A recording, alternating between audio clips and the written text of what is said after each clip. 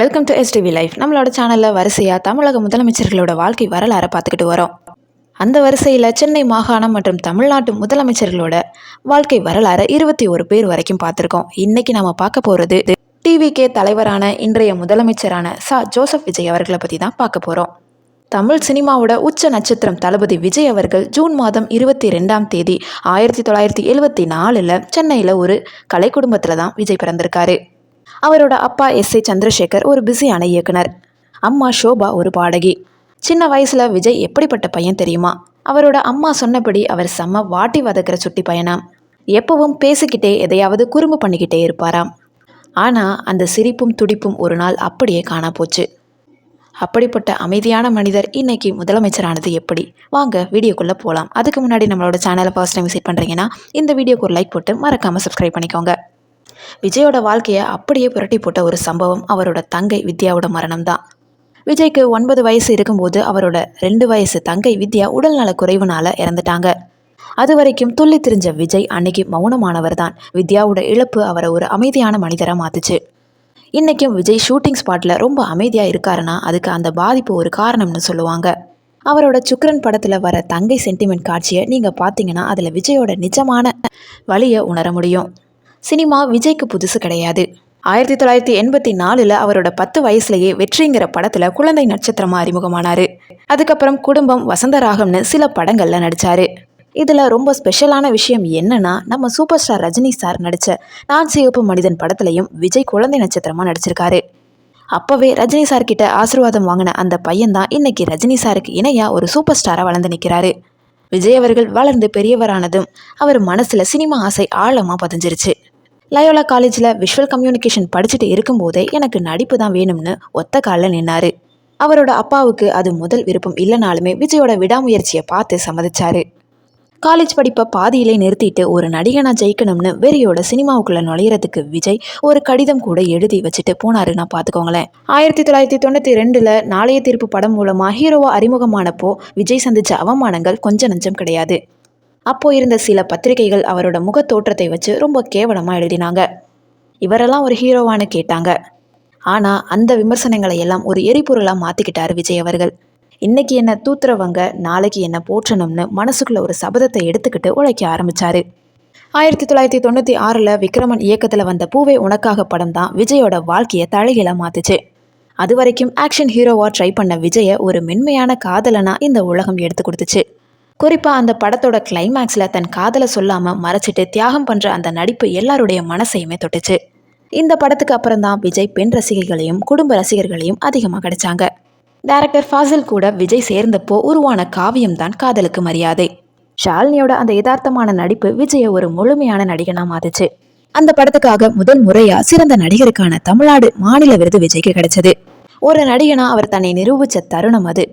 அது மட்டும் இல்லாமல் அதே படத்தில் என்னை தாளாட்ட வருவாள பாட்டையும் அவரே பாடி ஒரு பாடகராகவும் முத்திரை பதிச்சாரு. விஜயோட பேரையும் புகழையும் பட்டி தொட்டி எங்கேயும் கொண்டு சேர்த்தது இளைய தளபதிங்கிற அந்த பட்டம்தான். 1994 வந்த ரசிகன் படத்தில் தான் முதன் முறையாக திரையில் இந்த அடைமொழி போடப்பட்டது. அப்போ ஆரம்பித்து அந்த ரசிகர் மன்றங்கள் தான் இன்னைக்கு ஒரு மாபெரும் இயக்கமாக உருவெடுத்திருக்கு.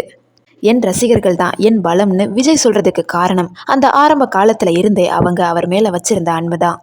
விஜயோட பர்சனல் லைஃப்பில் ரொம்ப முக்கியமான நபர் அவருடைய மனைவி சங்கீதா அவர்கள் தான். லண்டனில் இருந்து விஜயோட ரசிகையாக வந்து ஒரு ஷூட்டிங் ஸ்பாட்டில் அவரை சந்திச்சு அதுக்கப்புறம் அவரோட வாழ்க்கை துணையாக மாறினது ஒரு சினிமா கதை மாதிரியே இருக்கும். 1999 வருஷம் ஆகஸ்ட் மாதம் 25ஆம் தேதியில் 2 மத முறைப்படியும் அவங்க திருமணம் நடந்தது. சங்கீதா அவரோட வாழ்க்கையில் வந்ததுக்கு அப்புறம் தான் விஜய் இன்னும் மெச்சூர்டான மனிதராக மாறினாருன்னு அவரோட அப்பாவே சொல்லியிருக்காரு. சிம்ரன் விஜய் காம்போவில் வந்த துல்லாத மனமும் துள்ளும் படம் இன்னைக்கும் நம்ம எல்லாருக்குமே பிடிச்ச ஒரு ஃபேவரட் மூவினே சொல்லலாம்.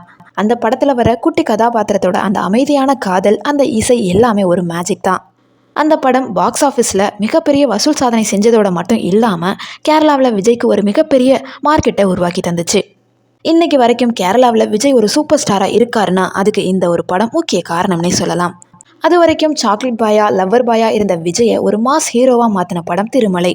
ரமணா இயக்கத்தில் வந்த இந்த படத்தில் விஜய் தன்னோட ஸ்டைல், மேனரிசம் எல்லாத்தையுமே மாற்றினாரு. வாழ்க்கை ஒரு வட்டம், இதில் தோக்குறவன் ஜெயிப்பான், ஜெயிக்கிறவன் தோப்பான். இந்த வசனம் தான் விஜயோட மாஸ் இமேஜ்க்கு அஸ்திவாரமாக இருந்துச்சு. தமிழ் சினிமா வரலாற்றிலேயே 50 கோடி வசூலை தொட்ட முதல் படம் கில்லி. சரவணவேலுவா விஜய் பண்ணின அந்த ரகளை, அந்த ஸ்பீடு, கபடி மேட்ச்னு படம் முழுக்க அனல் பறக்கும். பிரகாஷ் ராஜ் விஜய் இடையிலான அந்த செல்லம் விளையாட்டு ரசிகர்களை செம்மையா என்டர்டெயின் பண்ணுச்சு. கில்லிக்கு அப்புறம் விஜயை தொட்டுக்கவே முடியல. அவர் ஒரு மிகப்பெரிய கமர்ஷியல் கிங்கா மாறிட்டாரு. எல்லாரோட வாழ்க்கையிலையும் ஏற்ற இறக்கம் இருக்கும். விஜயும் அதுக்கு விதிவிலக்கு கிடையாது. 2006 இருந்து 2010 வரைக்கும் அவரோட படங்கள் பெருசா வெற்றி பெறல. சுறா, வில்லு மாதிரி படங்கள் தோல்வி அடைஞ்சப்போ விஜய் முடிஞ்சிட்டாருன்னு பல பேர் சொன்னாங்க. ஆனால் அந்த நேரத்தில் கூட விஜய் நிதானமாக இருந்தார். தன்னோட தவறுகளை திருத்திக்கிட்டு அடுத்த கட்டத்துக்கு தயாரானார். சரியான நேரத்தில் சரியான இயக்குனரோட விஜய் சேர்ந்தப்போ கிடைச்சது தான் துப்பாக்கி. ஏஆர் முருகதாஸ் விஜயை ரொம்ப ஸ்டைலிஷாக காட்டினார். 100 கோடி கிளப்பில் விஜய் அதிகாரப்பூர்வமாக நுழைஞ்ச படம் இதுதான். இதுக்கப்புறம் விஜய் செஞ்சதெல்லாம் ஒரு சரித்திரம். மெர்சல், சர்க்கார்னு வசூல் வேட்டை தொடங்கிக்கிட்டே இருந்தது. சினிமாவில் மட்டும் இல்லாமல் நிஜ வாழ்க்கையிலையும் விஜய் ஒரு ஹீரோவாக இருக்கணும்னு நினச்சாரு. அதுக்காக ஆரம்பிக்கப்பட்டது தான் விஜய் மக்கள் இயக்கம். இலவச சாப்பாடு, ஏழை மாணவர்களுக்கு கல்வி உதவி, மருத்துவ வசதின்னு மக்கள்கிட்ட நேரடியாக போய் உதவி செய்ய ஆரம்பித்தார். குறிப்பாக 10வது மற்றும் 12வது வகுப்பில் சாதித்த மாணவர்களை அவர் நேரில் சந்தித்து கௌரவிச்சது மிகப்பெரிய பாராட்டு பெற்றது. விஜய் அரசியலுக்கு வரதுக்கு முன்னாடியே அவரோட படங்கள் அரசியலை பேச ஆரம்பித்தது. அதாவது மெர்சல் படத்தில் ஜிஎஸ்டி பற்றி பேசினது, சர்க்கார் படத்தில் இலவச திட்டங்களை விமர்சித்ததுன்னு பல சர்ச்சைகள் வந்துச்சு. ஆனால் அந்த எதிர்ப்புகள் தான் விஜயை இன்னும் வலிமையானவராக மாற்றுச்சு.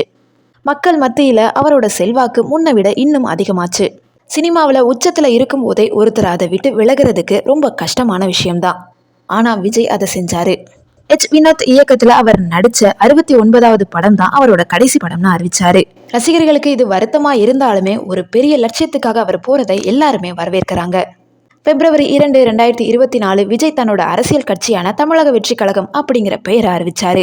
பிறப்போக்கும் எல்லா உயிருக்கும் அப்படிங்கிற கொள்கையோட அவர் களத்தில் இறங்கியிருக்காரு. மஞ்சள் மற்றும் சிவப்பு நிற கொடியை அறிமுகப்படுத்தி தமிழக அரசியலில் ஒரு மிகப்பெரிய மாற்றத்தை கொண்டு வருவேன்னு உறுதி கொடுத்திருக்காரு. விஜய் அவர்களோட முதல் அரசியல் மாநாடு விக்கிரவாண்டியில் நடந்தப்போ லட்சக்கணக்கான மக்கள் திரண்டிருந்தாங்க.